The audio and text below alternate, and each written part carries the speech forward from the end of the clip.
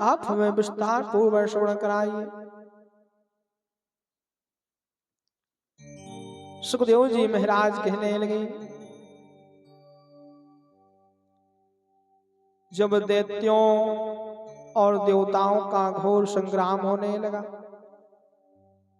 देवता लोग दैत्यों से परेशान होने लगे, दैत्यों ने देवताओं पर संहार करना शुरू कर दिया, युद्ध होने लगा।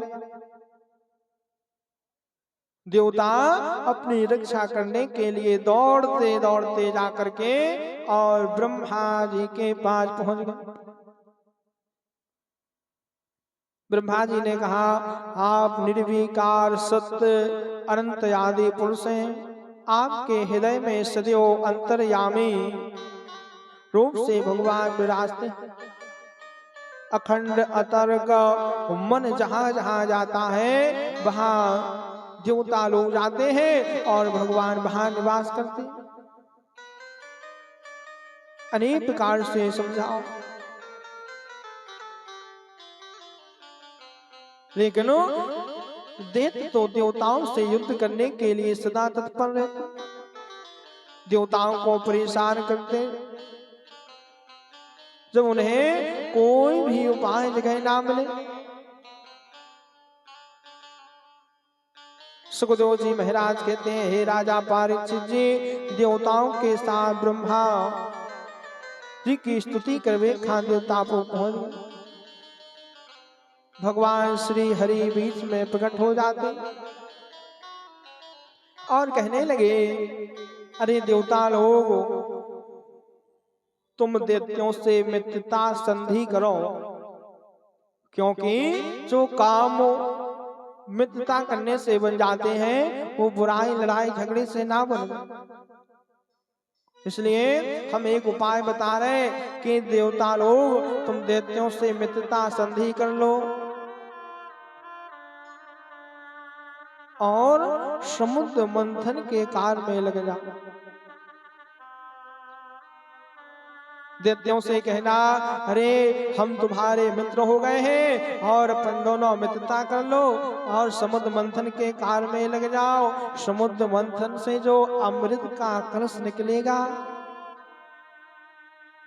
वो कलश हम दैत्यों तुम्हें दे देंगे और तुम अमरता को प्राप्त हो जाओगे। देवता लोग अपना काम बनाने में बड़े सामर्थ होते हैं। ब्रह्मा जी के कहने पर तुरंत ही दैत्यों से संधि कर ली और क्षीर सागर में पहुंचे। जाकर के समुद्र मंथन के कार्य में लग जाते। अरे देवताओं के साथ ब्रह्मा जी की स्तुति सुन करके श्री हरि विकट में भीत हो गए। उनके शरीर की प्रभा ऐसी मानो हजारों सूर्य एक साथ ही उदय हो। भगवान ने कहा, समय असुरों पे काल की कृपा है, इसलिए जब तक तुम्हारे अभय उन्नति का समय न आए तब तुम दैत्यों के पास रहो, दैत्यों से संधि करो। कोई भी बड़ा अगर कार्य करना हो और अपना काम में निपुण होना हो तो शत्रुओं से भी हमें मित्रता करनी होती है, इसी से हमारा काम बनता है। अंत में काम बन जाने पर उनको छोड़ दो, लेकिन विनाश काले विपरीत बुद्धि, जब मनुष्य का समय विनाश की ओर जाता है तो उसकी विपरीत बुद्धि हो जाती है।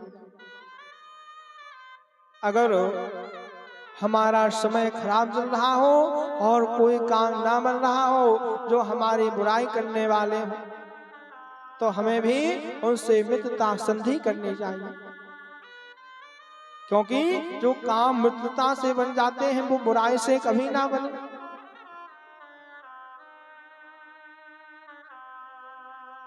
भगवान ने समझाओ, अरे देवताओं, दैत्य तो दुष्ट स्वभाव के होती हैं, उनसे भी बुराई ना करो, उनसे तो संधि कर लो और समुद्र मंथन के कार्य में लग जाओ। इसी से मुक्ति और भक्ति प्रदान हो। पहले क्षीर सागर में सब प्रकार के घास, तिनके, लताएं, औषधियां डाल दो और समुद्र मंथन का कार्य आरंभ किया जाए। फिर मद्राचल की मथानी मंगाओ, बांस की नांग की नेति बना करके मेरी सहायता से समुद्र मंथन का कार्य आरंभ कर दो। असुर लोग तुमसे जो जो मांगे तो सब देने को तैयार हो जाए, क्योंकि अपना काम बनाना है। देष्ट दुष्ट दैत्य लोग हैं जो भी तुमसे मांगे उन्हें वो वर देने के लिए तैयार हो जाना और हमारी सहायता से समुद्र मंथन के कार्य में लग जाओ।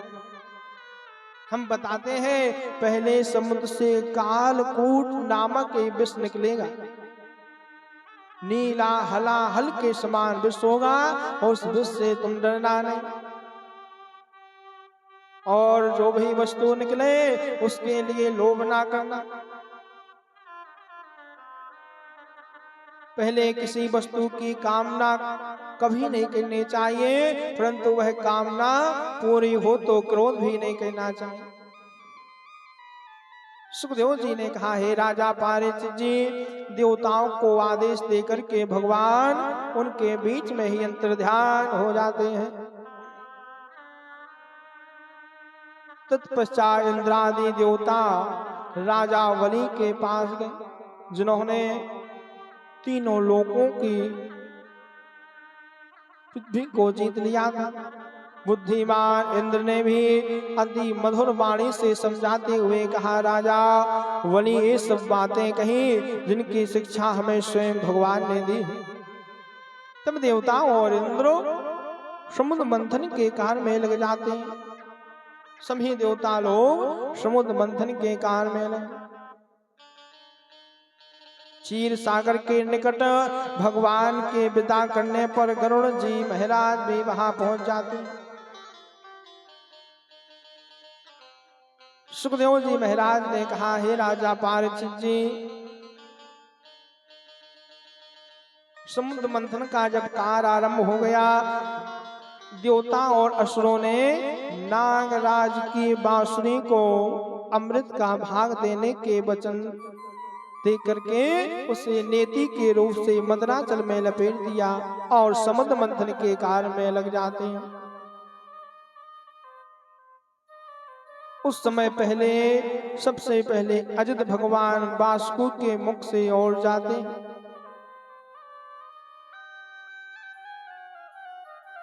अरे सभी दैत्यों ने देखा है कि देवताओं ने हमें बासुकी नाग की मुख की ओर लगा दिया है और देवता पीछे लग गए। दैत्य डरने लगे, अरे बासुकी नाग के हम मुंह की तरफ लगे हैं, अगर इसने कुछ कर दिया तो हम तो मृत्यु का प्राप्त हो जाए। देवता लोग आप मुंह की तरफ आओ और हमें पीछे की तरफ कर दो। दोनों देवता दैत्यों की उल्टा पलटी हो जाती है। दैत्य पीछे हो जाते हैं, देवता लोग बासुकी नाग को पकड़ करके आगे की ओर खड़े हो। हे राजा पारिचित जी, उस समय भगवान ने देखा कि विघ्नराज की करतूत अत्यंत ही समुद्र मंथन का कार्य आरंभ हो गया। बासुकी नाग की निंद्रा में संचार किया, उससे भी उन्हें पीड़ा ना हो। बड़े आराम आराम से समुद्र का मंथन का काम आरंभ कर दिया। इस प्रकार देवता और असुरों ने समुद्र मंथन करने लगे और जब कुछ समय बाद अमृत नहीं निकला, तब स्वयं अजित भगवान समुद्र मंथन के लिए आ जाते। और अभय दान देने वाले भगवान उस समय दूसरे पर्वतराज के पास बड़े सुंदर अजित भगवान के रूप में प्रकट हुए।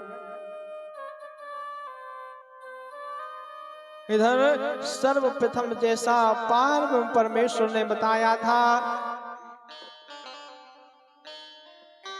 कि सर्वप्रथम समुद्र मंथन की कार में कालकूट नामक विष निकले। समुद्र मंथन में सर्वप्रथम कालकूट नामक नीला हलाहल के समान विष निकला। दैत्य लोग तो देखकर ही घबराने लगे और कहने लगे इस विष को कहां लेके जाया। इधर देवता लोग देखने लगे कि ब्रह्मा जी ने जैसा कहा था कि समुद्र मंथन में सर्वप्रथम कालकूट नामक हलाहल विष निकलेगा, तो वैसा ही विष आज निकल आया। इधर देवता लोग दैत्यों से वो विष का करस ले लेते हैं। सभी ने विनय कहा कि अब इस विष को कहां ले आ जाए, इस विष को कौन ग्रहण करेगा।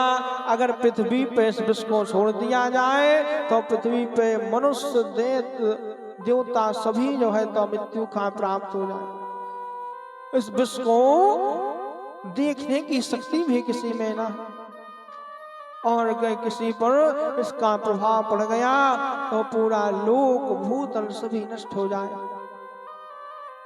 इसको रखने के लिए कहीं सुरक्षित जगह ढूंढना चाहिए। सभी देवता लोग जाकर के ब्रह्मा जी के पास पहुंच गए और ब्रह्मा जी के पास पहुंच करके पूछने लगे, अरे ये नीला हलाहल विष को कहां जो है तो रखा जाए। सभी ने हाथ जोड़ करके विनय करी। भगवान ने कहा इस विष को रखने के लिए कोई स्थान ना है और ना ही इसको कोई अपने हाथ में ले सकता। इसको तो केवल कैलाश पर्वत पर विराजमान भगवान भोले शंकर जी हैं, उन्हीं के पास ले जाओ, वही इस विष को संभाल सकते हैं। देवता लोग विचरते हुए कैलाश पर्वत पे पहुंच जाते हैं। बड़े बड़े ऋषि मुनि भगवान शंकर की सेवा कर रहे थे। वहां तीनों लोगों के वंद मोक्ष के लिए तपस्या कर रहे थे। प्रजापति देवता लोग जब भगवान शंकर के पास पहुंचे तो भगवान की अनेक प्रकार से स्तुति वंदना करने लगे। देव देव महादेव भूतात्मनो भूतवाओ त्राहि नाशरण पात्रो श्रीलोको विशात्मनो तमेव जगत स्तोना ईश्वर वंद मोक्षयो तम चोब कुशालयो त्राहि पात्मनो। प्रजापतियों ने भगवान शंकर की स्तुति करी। देवताओं के आराध्य महादेव आप समस्त प्राणियों के जीवन दाता हो, आप लोग हमारी रक्षा करो, हम आपकी शरण में आए हैं। इस कालकूट नामक जहर को रखने के लिए कोई स्थान नहीं है। अगर जो पृथ्वी पर भी चला जाए तो उसके प्रभाव से हर जगह जो है तो जहर का प्रभाव फैल जाएगा। अरे आप तो शरणागत हो, सभी की पीड़ा को नष्ट करने वाले हो, जगत के गुरु हो। भगवान शंकर बड़े दयालु हैं। इधर प्रजा को कष्ट देख करके उन्होंने तीक्ष्ण हलाहल विष को अपने हथेली पर उठाया और देवताओं से वृक्ष को लेकर के हथेली पर रख लिया। देवताओं की प्रार्थना और इस प्रकार परेशानी को देख करके भगवान भोलेनाथ दया निधान करुणा निधान दया करने लगे। और यह देख करके भगवान ने हलाहल वृक्ष को अपने हाथों पे ले लिया। पिता का कष्ट देख करके उन्होंने तीक्ष्ण वृक्ष को अपनी हथेली पे उठाया। वह विष जल का पाप मल था और भगवान ने उसे अपने मुंह पे लगाया और पीने लगते। ज्यों ही भगवान ने कालकूट नामक जहर को पिया, भगवान शंकर पर भी उसका प्रभाव दिखने लगता है। भगवान भोलेनाथ पर भी उस कालकूट नामक जहर ने अपना प्रभाव डालना शुरू कर दिया। परंतु भगवान भोलेनाथ ने जहर को गले से नीचे ना उतारा और भगवान ने गले में ही जहर को रख लिया। इसलिए उनका गला नील कमल के समान हो जाता है। तभी से भगवान का नाम नीलकंठ भगवान पड़ जाता है। बोलो नीलकंठ भगवान की जय हो। जहर के प्रभाव से भगवान का कंठ नील के समान हो गया, इसीलिए उनका नाम नीलकंठ भगवान पड़ जाता है।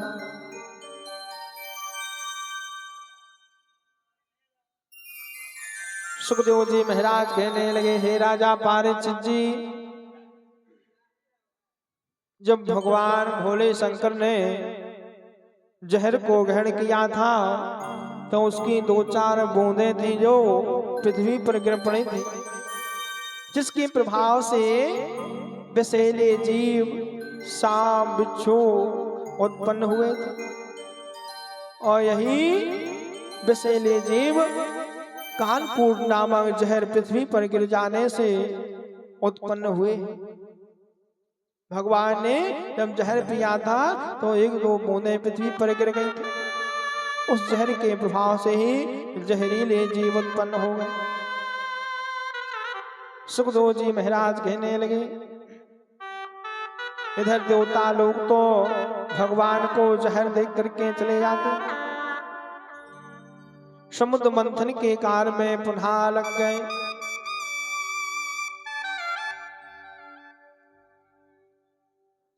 और समुद्र मंथन को पुनः बांस के नाग के द्वारा लपेटने लगे।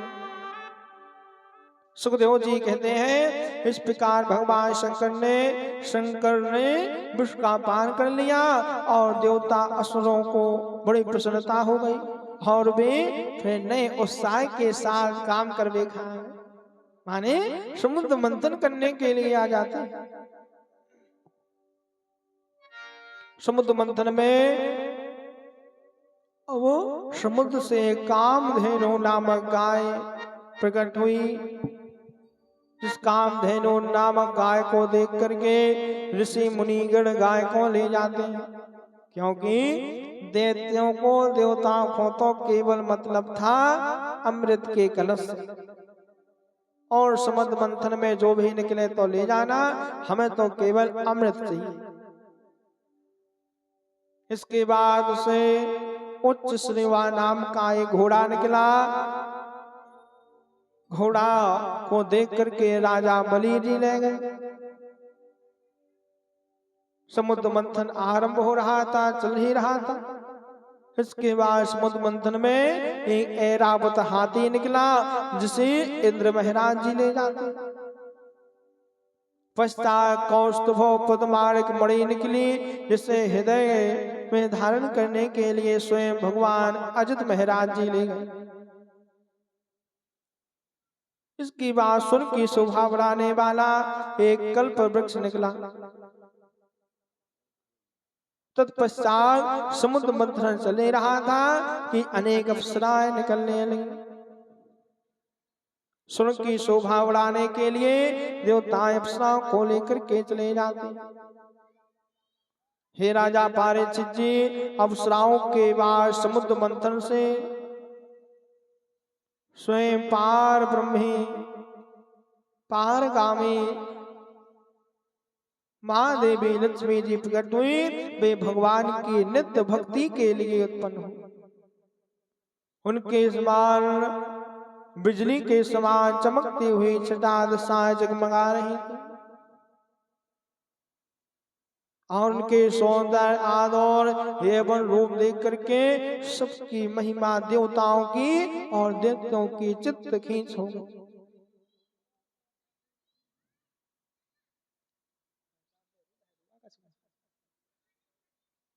देवता मनुष्य असुर सभी ने चाहा कि लक्ष्मी रूप में जो प्रकट हुई जी हमें मिल जाए, परंतु अजित भगवान को देखते ही लक्ष्मी जी ने वरण कल्याण के देखते ही गले में माला डाल दी। इधर समुद्र मंथन पुनरारंभ होने लगा। अब समुद्र मंथन में नीलकमनी कन्या के रूप में वरुण देवी प्रकट हुई, जिसने भगवान की अनुमति से दैत्यों को दे दिया गया। समुद्र मंथन से भगवान धनवंतरी अपने हाथों में कंगन और अमृत से भला कलश लेकर के जो है तो प्रकट हो जाते हैं। बोलो भगवान धनवंतरी महाराज की जय हो। अक्षरांशनों से भयभीत भगवान धनवंतरी धन की रक्षा करने वाले और तीनों लोगों की रक्षा करने वाले भगवान ने अपने हाथों में ही कलश लेकर के समुद्र मंथन से प्रकट हो जाते। दानवों ने शीघ्रता से 12 कलश को छीन लिया, क्योंकि देवता और दानव दोनों समुद्र मंथन तो एक ही कार्य के लिए कर रहे थे कि केवल हमें तो अमृत के कलश से मतलब है, अमृत का कलश मिल जाए और हम अमरता को प्राप्त हो जाए। इसलिए दैत्यों ने ज्यों ही देखा अमृत का कलश आ गया है तो धनवंतरी जी महाराज से अमृत का कलश ले लेते हैं और अपने हाथ में ले लिया।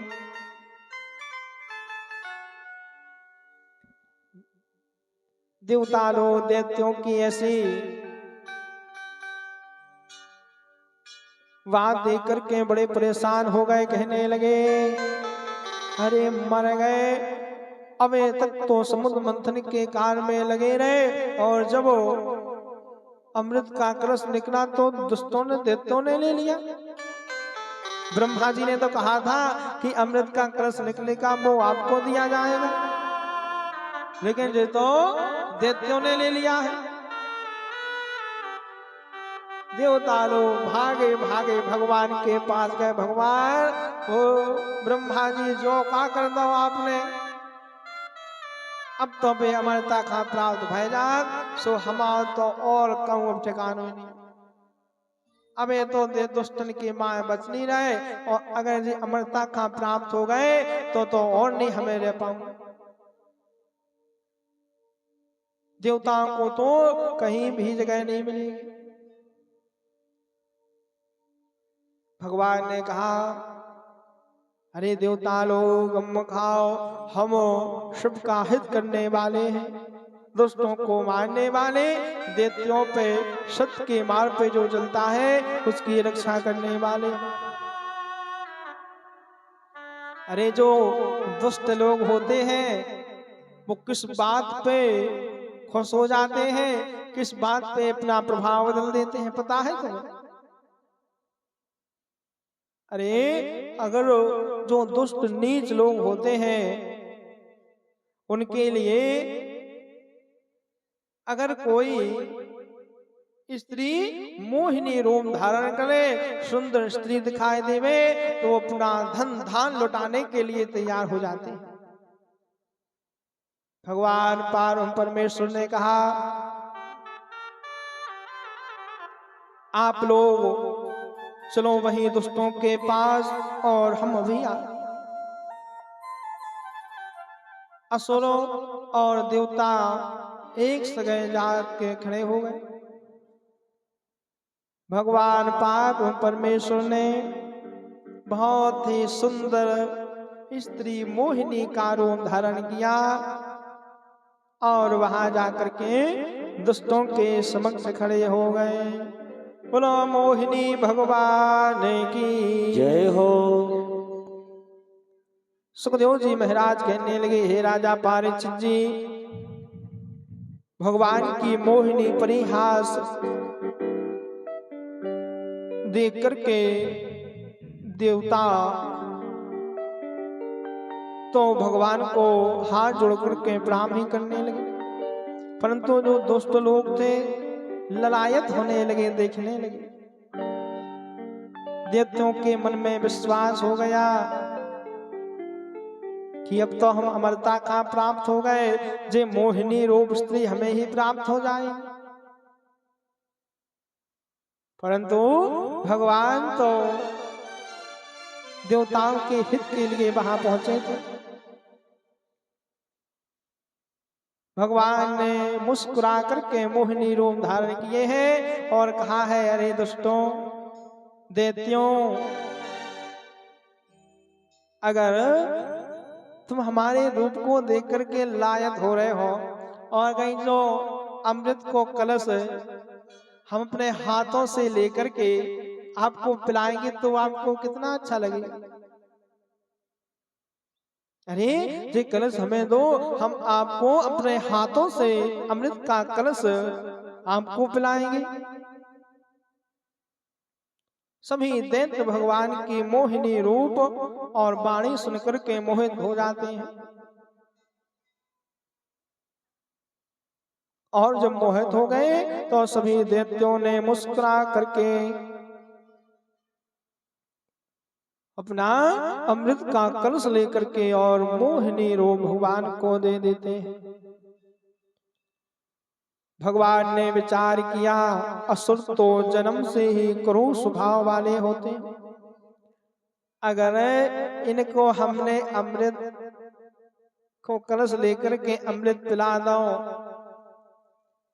तो इस प्रकार हो जाएगा कि अपने ही घर में सांपों को दूध पिला रहे, ये हमारे घर में ही लीला डालेंगे और हमें पर और हमारे देवताओं पर ही संहार करेंगे। सांपों को दूध पिलाने के समान हो जाता है।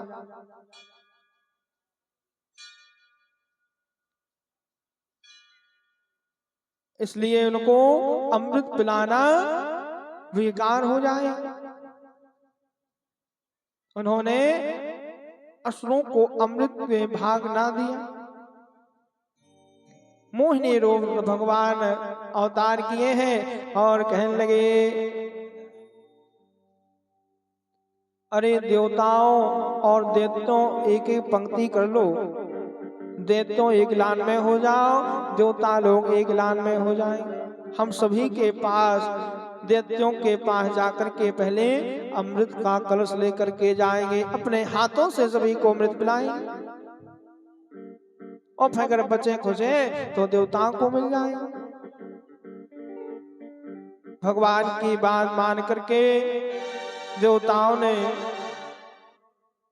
पंक्ति में एक पंक्ति में खड़े हो गए और दैत्य एक पंक्ति में खड़े हो गए, अलग अलग पंक्ति बना ली। इसके बाद भगवान अमृत को कलश लेकर के दैत्यों के पास गए, उन्हें हाव भाव और अपने कटाक्ष से मोहित कर देवताओं के पास ले जाते। भगवान ने चाल चल दी और दैत्यों के पास ना जाकर के अमृत को कलश लेकर के देवताओं के पास पहुंच गए। इधर दैत्य देखते ही खड़े रह जाते और भगवान देवताओं के पास जाकर के उन्हें अमृत पिलाने लगे। असुर अपनी प्रतीक्षा ही करते रहे, उन्हें स्नेह भी ना हो पाया और वे स्त्री से झगड़ने में अपनी निंदा करने लगे। इतनी सुंदर स्त्री है, इससे हम क्या कहें। सभी दुष्ट दैत्य तो उस पर मोहित हो जाते हैं। इसीलिए तो भगवान ने मोहिनी का रूप धारण करो तो और अमृत को कलश लेकर के सभी देवताओं को पिला दिया। दैत्य दुष्ट तो भगवान को मोहिनी रूप देख करके और चुपचाप ही बैठे रहे। भगवान के रूप को ही, मोहिनी रूप को ही निहारते रहे। हे राजा पारीक्षित जी, जिस समय भगवान देवताओं को अमृत पिला रहे थे, उसी समय देवताओं की पंक्ति में दो दैत्य, सुदेव नामक दैत्य उनकी पंक्ति में खड़ा हो जाता। देवताओं के साथ उसने भी अमृत पी लिया था, परंतु उसी क्षण चंद्रमा और सूर्य के समान वहां अमृत पिलाते पिलाते भगवान ने उनकी चक्र से गर्दन को काट डाला। परंतु तब तक उस दैत्य पर अमृत का प्रभाव हो चुका था। अमृत का सत्संग होने पर वो मृत्यु का प्राप्त ना हुआ और जो देवताओं के ऐलान में लगा था वह राहु ग्रह नाम बना दिया। जब देवताओं ने अमृत पी लिया तब भगवान ने पुनः उसका सिर काटा, लेकिन उस पर अमृत का प्रभाव हो गया, इसलिए वो अमरता का प्राप्त हो जाता और वो राहु गण बन जाता। इसलिए भगवान पर राहु वर्ष में एक बार कभी दो बार अपना प्रभाव डालते हैं और तभी से सूर्य ग्रहण चंद्र ग्रहण लगना आरंभ हो गए। भगवान मोहिनी रूप धारण करके देवताओं को अमृत पिला करके और अपने धाम खा चले जाते हैं। सुखदेव जी महाराज जी ने कहा, हे राजा पारीक्षित जी, इधर जब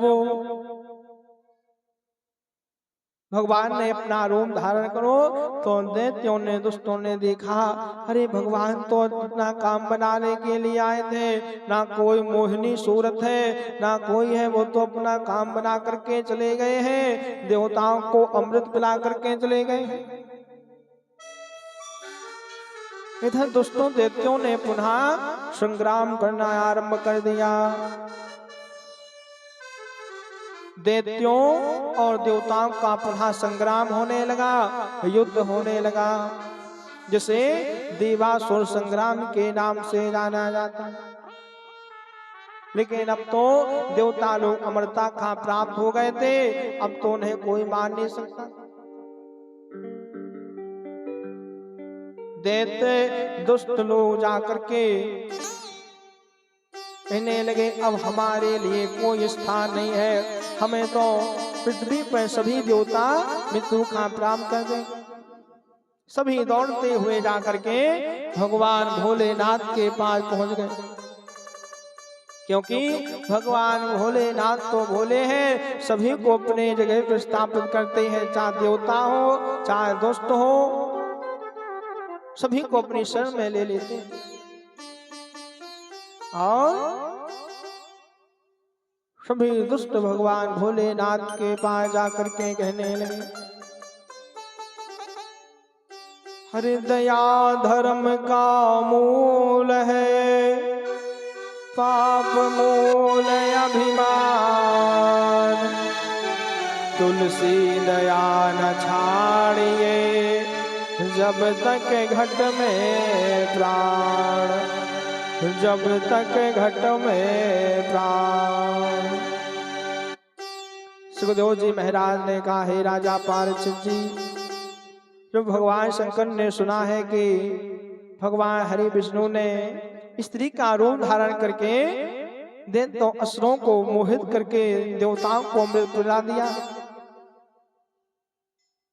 तभी भगवान भोलेनाथ नादिया बैल पे सवार होकर के और जो है तो भगवान के पास पहुंच गए और भगवान के पास जाकर के कहने लगे,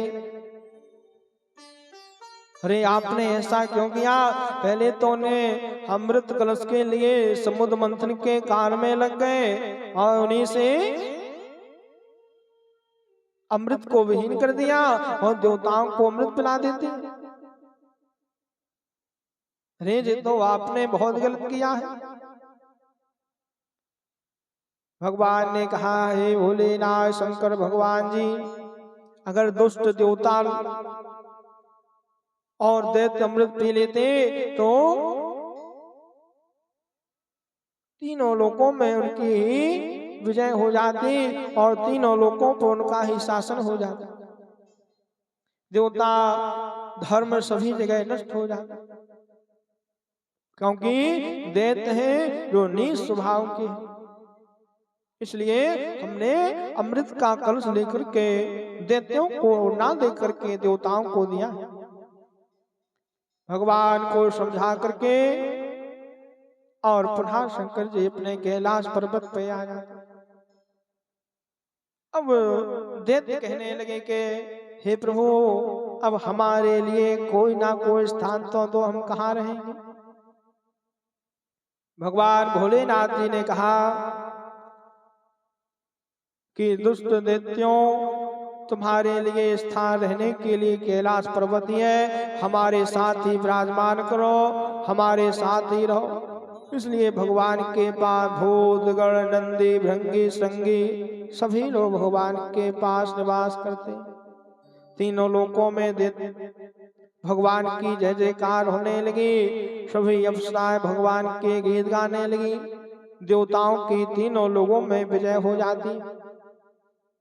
तीनों लोकों में देवता शासन करने लगे और भगवान पाप परमेश्वर के महिमा के गीत गाने लगे।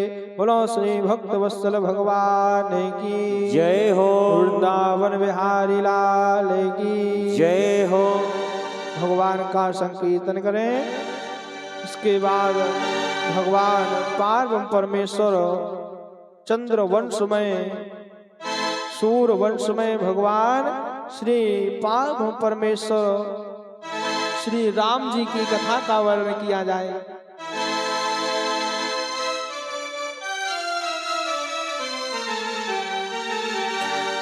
हो हरि हरि दर्शन की प्यासी अखियां, ये अखियां हरि दर्शन की प्यास।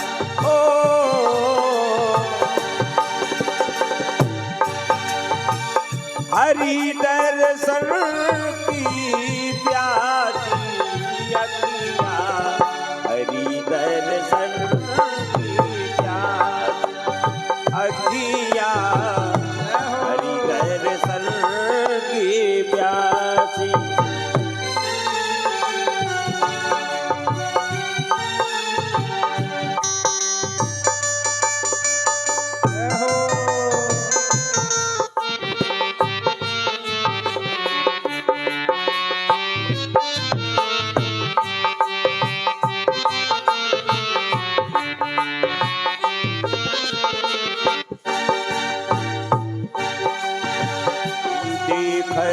चाहत कमल नयन को, देखत चाहत कमल नयन को, ओ देखत चाहत कमल नयन को, देखत चाहत कमल नयन को।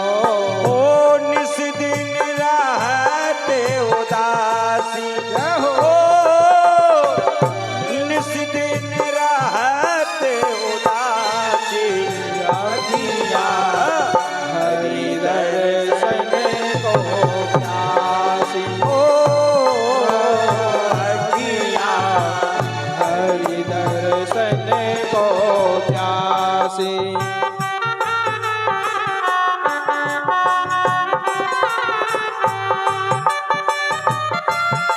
जय हो।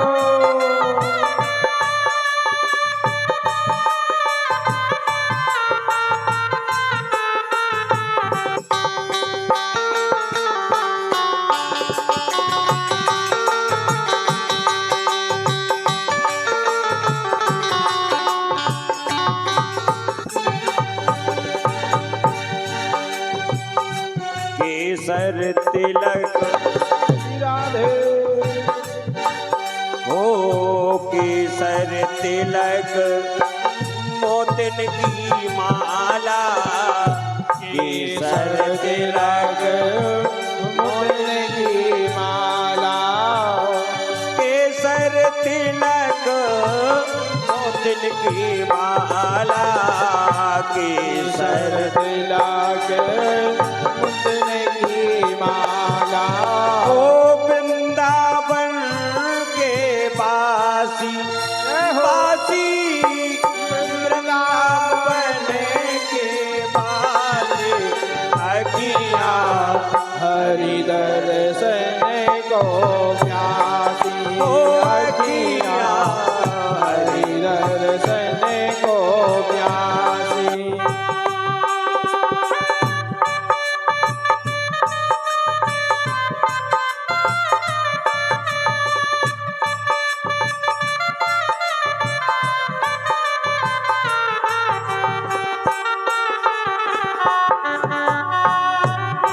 जय हो।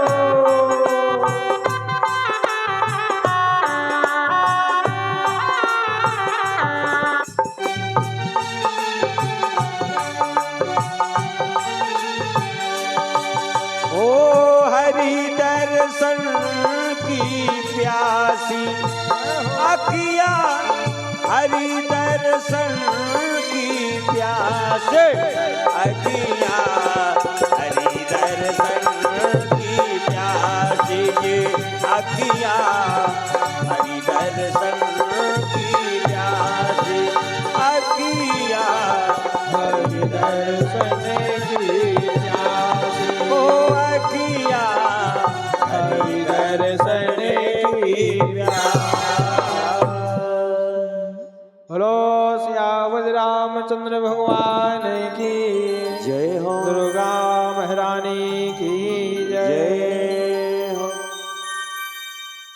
श्री गणेशाय नमः, श्री सरस्वती देव्यै नमः। श्री सुखदेव जी महाराज कहने लगे, हे राजा परीक्षित जी, हमने आपको भगवान का मोहिनी रूप धारण करके देवताओं को अमृत का कलश, अमृत पिलाने की कथा श्रवण कराई। अब भगवान पावन परमेश्वर ने किस प्रकार सूर्य युग में भगवान राम के रूप में अवतार लिया, इसकी कथा आपको श्रवण कराई। श्री सुखदेव जी महाराज कहने लगे, हे राजा परीक्षित जी, अंशुमान जी ने गंगा जी को लाने की कामना से वर्षों तक तपस्या की, परंतु उन्हें कोई सफलता ना मिलने से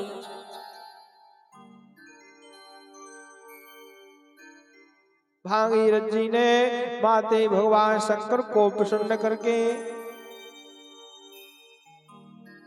गंगा मैया की तपस्या की और अपने पूर्व जनों को उद्धार कर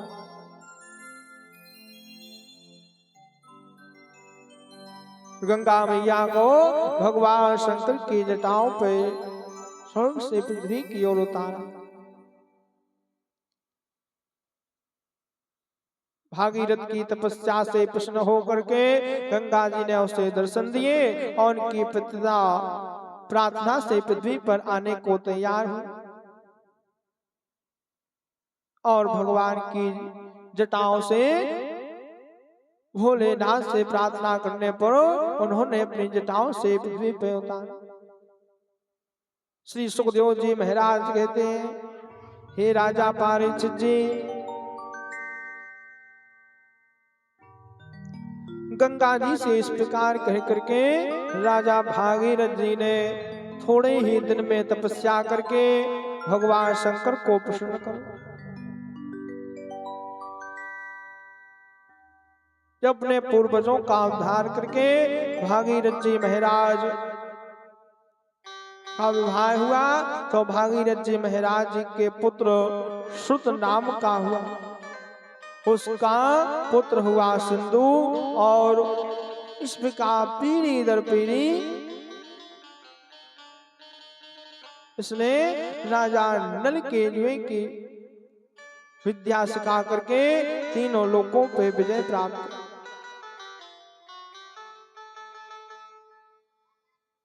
हे राजा पारीक्षित जी, राजा सोमदास के वशिष्ठ जी जब राजा के यहाँ भोजन करने आवे तो उसके मनुष्य का मांस परोस,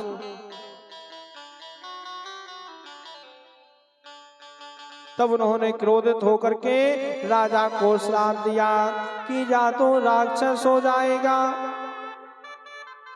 परंतु जब उन्हें यह बात मालूम हुई कि यह काम राजा का नहीं, तब उन्होंने शाप की अवधि से कम करके 12 वर्ष कर दिए। उस समय राजा सोमदास भी अपनी अंजलि में जल लिए श्राप देने वाले, परंतु उनकी पत्नी मंदती ने उन्हें रोक दिया। 12 वर्ष बीत जाने पर राजा सोमदास के शाप से मुक्त हो गए, परंतु उस ब्रह्माणी के पाप से संतान उत्पन्न ना कर सके। हे राजा पारीक्षित जी, अस्मक का पुत्र हुआ मूलक, और जब मूलक अनेक शुभ कार्य करता रहा, भगवान की भक्ति में लीन हुआ, तब मूलक के पुत्र हुए महाराज दशरथ जी। उसका ऐड़ब को और खटवांग उसने पूरी भूमि के युद्ध में जीत ली। देवताओं की प्रार्थना करने पर दैत्यों का वध किया, और अब उन्हें मालूम हुआ कि अब उनकी आयु केवल थोड़ी घड़ी रह गई, तब अपनी राजधानी लौट आए। उन्होंने भगवान में मन लगा लिया। श्री सुखदेव जी महाराज कहते हैं, खटवांग के पुत्र दीर्घायु और उनके रघु अज के पुत्र महाराज पुनः दशरथ हुए। जब दशरथ जी महाराज आए तो देवताओं से प्रार्थना करने पर भगवान ने कहा कि हम राजा दशरथ के पुत्र ही होंगे। जब देवताओं ने प्रार्थना करी कि हे प्रभु, अब आपको जन्म लेने का समय आया। परमात्मा श्री हरि ही अपने अक्षांग से 4 रूप धारण करके राजा दशरथ के पुत्र हुए। उनके अनेक नाम हुए, श्री राम, लक्ष्मण, भरत, शत्रुघ्न। हे राजा पारीक्षित जी, सीतापति भगवान श्री राम का चरित्र तो बहुत ही तत्वदर्शी है, परंतु हम आपका बहुत ही सूक्ष्म रूप से प्रकट करा। अनेक बार आपने कई लोगों से सुना हो, अतः मैं संक्षेप में ही वर्णन करता हूं। संत तुलसीदास जी ने चौपाइयों के अनुसार वर्णन किया है। हो श्री राम जय राम, जय जय राम, श्री राम जय राम, जय जय राम।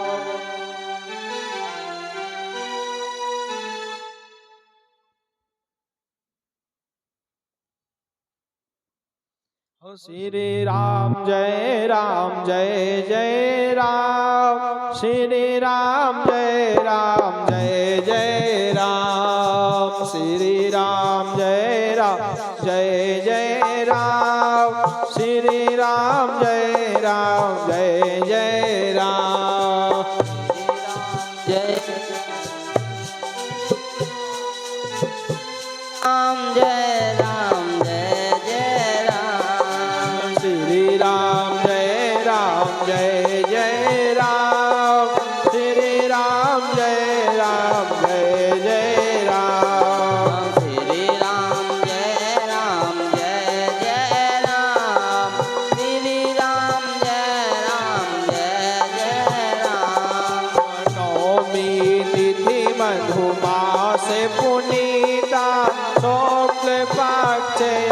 जित हरि प्रीता।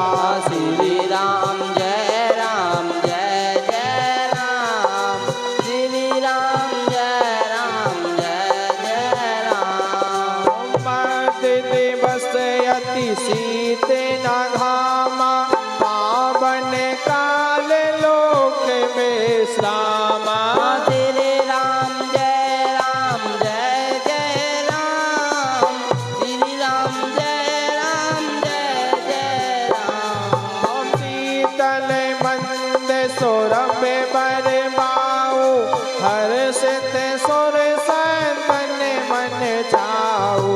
श्री राम जय राम जय जय राम।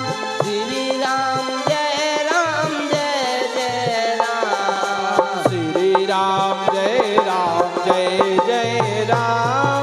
श्री राम जय राम जय जय राम। श्री राम जय राम जय जय राम। श्री राम जय राम जय जय राम।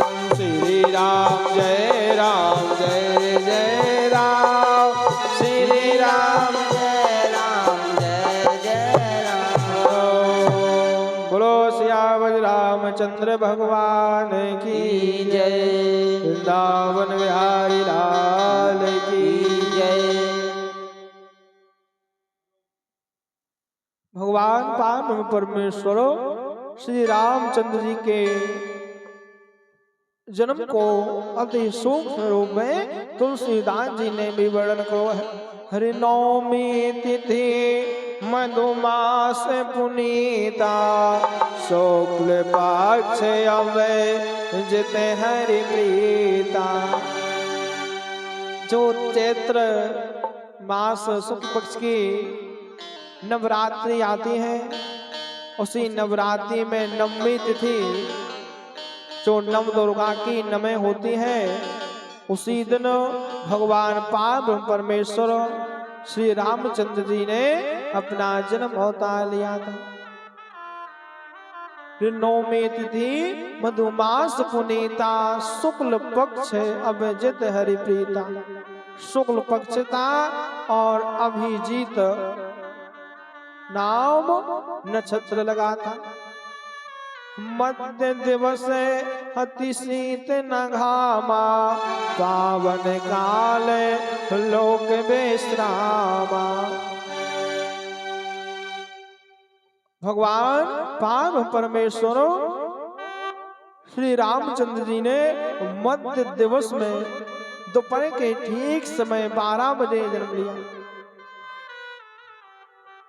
उस समय चैत्र में ना तो ज्यादा शीतल होता है और ना ही ज्यादा धूप होती, ना शीत और ना घाम। भगवान ने इसी नवरात्रि चैत्रादि नवमी तिथि को जन्म लिया था और मूलतः ठीक समय दोपहर 12 बजे जन्म लिया। शीतल मंद सुरभ बरबारो, हर्षित सुर संतन मन चारो। मंद मंद शीतल मंद सुरभ वायु चल रही थी और संतन का मन हृदय हर्षित हो रहा था। तभी भगवान पावन परमेश्वर श्री रामचंद्र जी ने जन्म अवतार किया था। बोलो श्री रामचंद्र भगवान की जय हो। और सभी देवता भगवान की स्तुति करने लगे। हो भय प्रगट कृपाला, दीन दयाला, कौशल्या हितकारी, हर्षित महतारी, मुनि मनहारी, अद्भुत रूप निहारी। लोचन अभिरामा, तनु घन श्यामा, निज आयुध भुज चारी। भूषण बनमाला, नयन विशाला, शोभा सिंधु खरारी। कहे कोई कर जोरी, स्तुत तोरी, कहे विधि करहु अनारी।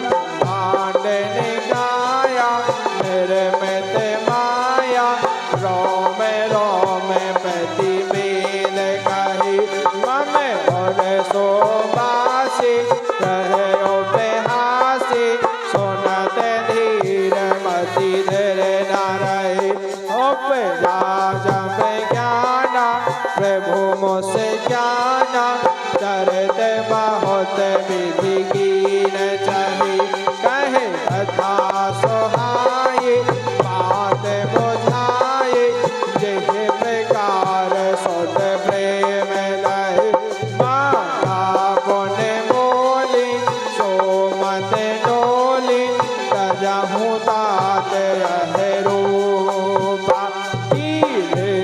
सोलीला अति प्रिय शीला यह सुख परम अनूपा सुन वचन सुजाना रोदन ठाना होय बालक सोर भूपा यह चरते जुगावन हरिपद पावन दीना भरहि भाव भूपा यह चरते जुगावन हरिपद पावन दीन भरहि भाव भूपा देव दीन सर सात हृदय दीन मनोज अवतार जय इच्छा निर्मित तनहो श्री माया गुण गोपाल सियावर